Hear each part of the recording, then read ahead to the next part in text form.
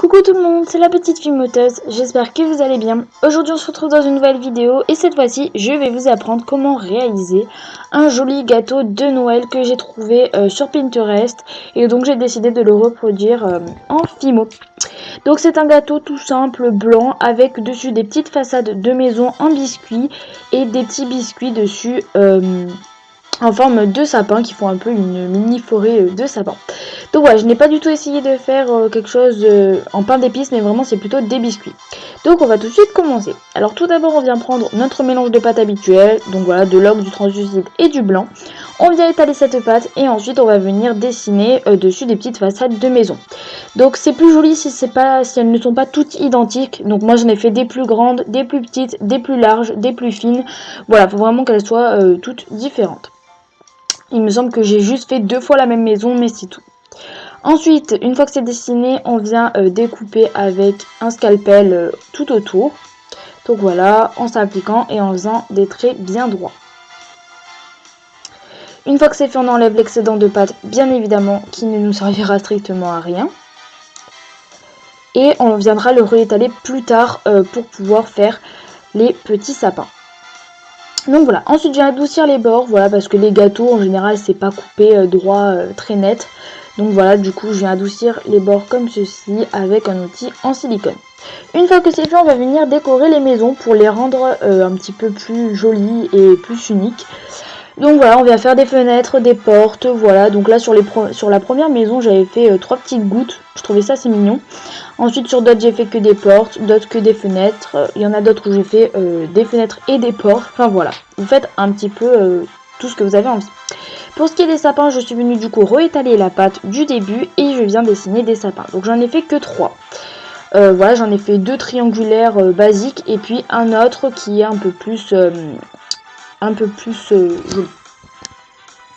Ensuite on vient découper, on vient prendre tout ce qui est sapin, maison, etc. qu'on vient décoller de la plaque de carrelage. Et on va venir les disposer comme ceci. Et là on va venir texturer. Donc pour ce qui est de la texture, on prend une brosse à dents ou de cet outil là. Et on vient juste tapoter. Donc là vraiment comme c'est un effet biscuit, il n'y a que cette texture à faire. Donc alors il faut faire attention parce que pour tout ce qui est sapin ou les petites fenêtres et les petites portes, ça a tendance à légèrement déformer. Donc n'appuyez pas trop fort non plus. Voilà, donc on appuie, on fait ça vraiment partout. Et c'est la seule texture en fait dont on a besoin. Pas besoin d'utiliser une boulette de papier d'aluminium ou autre. Une fois que c'est fait, on vient colorer. Et donc pour ça on commence par de l'ocre. Et en fait il faut surtout venir colorer sur les bords, puisque les bords cuisent plus que le milieu. Et du coup il faut laisser plus clair le milieu. On fait ça sur tout ce qui est maison, c'est exactement pareil aussi pour les sapins, hein, on fait que les bords. Et ensuite on vient aussi mettre du marron clair, voilà donc la couleur un peu plus foncée que l'ocre. Et pareil là on commence sur les bords. Donc voilà, alors là vraiment peut-être que vous trouvez que j'en ai mis un peu beaucoup, mais à la cuisson le pastel sec ça a tendance à s'enlever en fait. Ensuite, on va venir faire la base de notre gâteau. Donc pour ça, en fait, je suis venue prendre juste de la pâte beurre, donc qui est un reste de pâte inutile.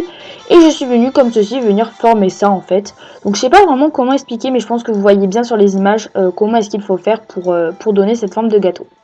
Ensuite, je viens étaler de la pâte Fimo blanche et puis on vient disposer ça délicatement. N'oubliez pas de bien vous laver les mains, faut vraiment pas mettre de poussière sur le blanc. Et donc voilà, on tapote délicatement.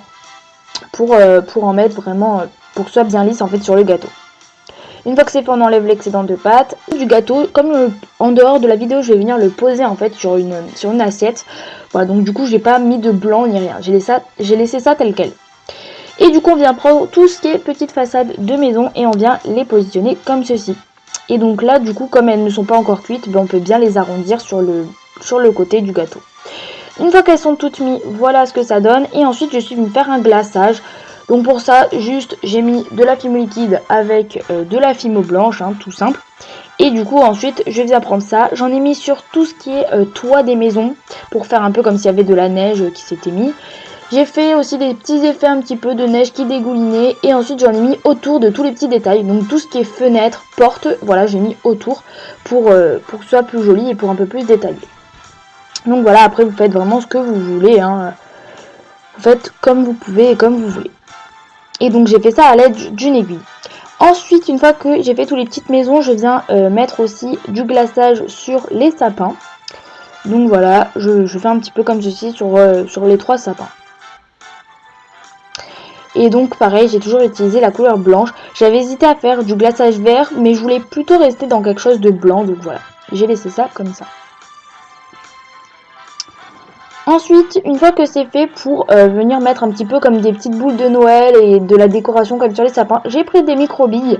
Donc là, vous choisissez la couleur de votre choix. Moi, pour rester dans tout ce qui est blanc et assez moderne, assez sobre, j'ai décidé de prendre de l'argenté, en fait, des mini-billes argentées. Après, vous pouvez utiliser du rouge aussi ou tout ce qui est couleur de Noël. Ensuite, je suis venue cuire les sapins d'abord 3 minutes au four pour qu'ils soient durs. Et ensuite, je suis venue les planter dans le gâteau qui, lui, n'était pas cuit.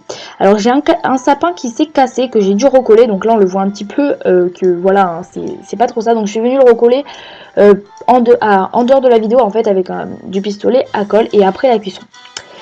Enfin bref, ce n'est pas grave, du coup on met tout ça ensuite au four 30 minutes à 110 degrés. Enfin moi parce que le gâteau j'avais peur qu'il ne cuise pas entièrement.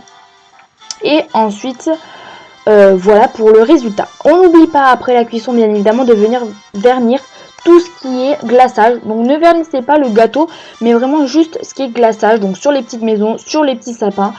Voilà, vous venez faire ça. Et puis ensuite, voilà le résultat. Je trouve ça super mignon et moi je suis assez contente. Donc n'hésitez pas à me laisser un petit commentaire pour me dire ce que vous en avez pensé. N'hésitez pas aussi à liker cette vidéo si elle vous a plu. Et puis surtout, à vous abonner si ce n'est toujours pas fait. En attendant, je vous fais de gros bisous et je vous dis à la semaine prochaine pour un nouveau tuto de Noël. Allez, bye!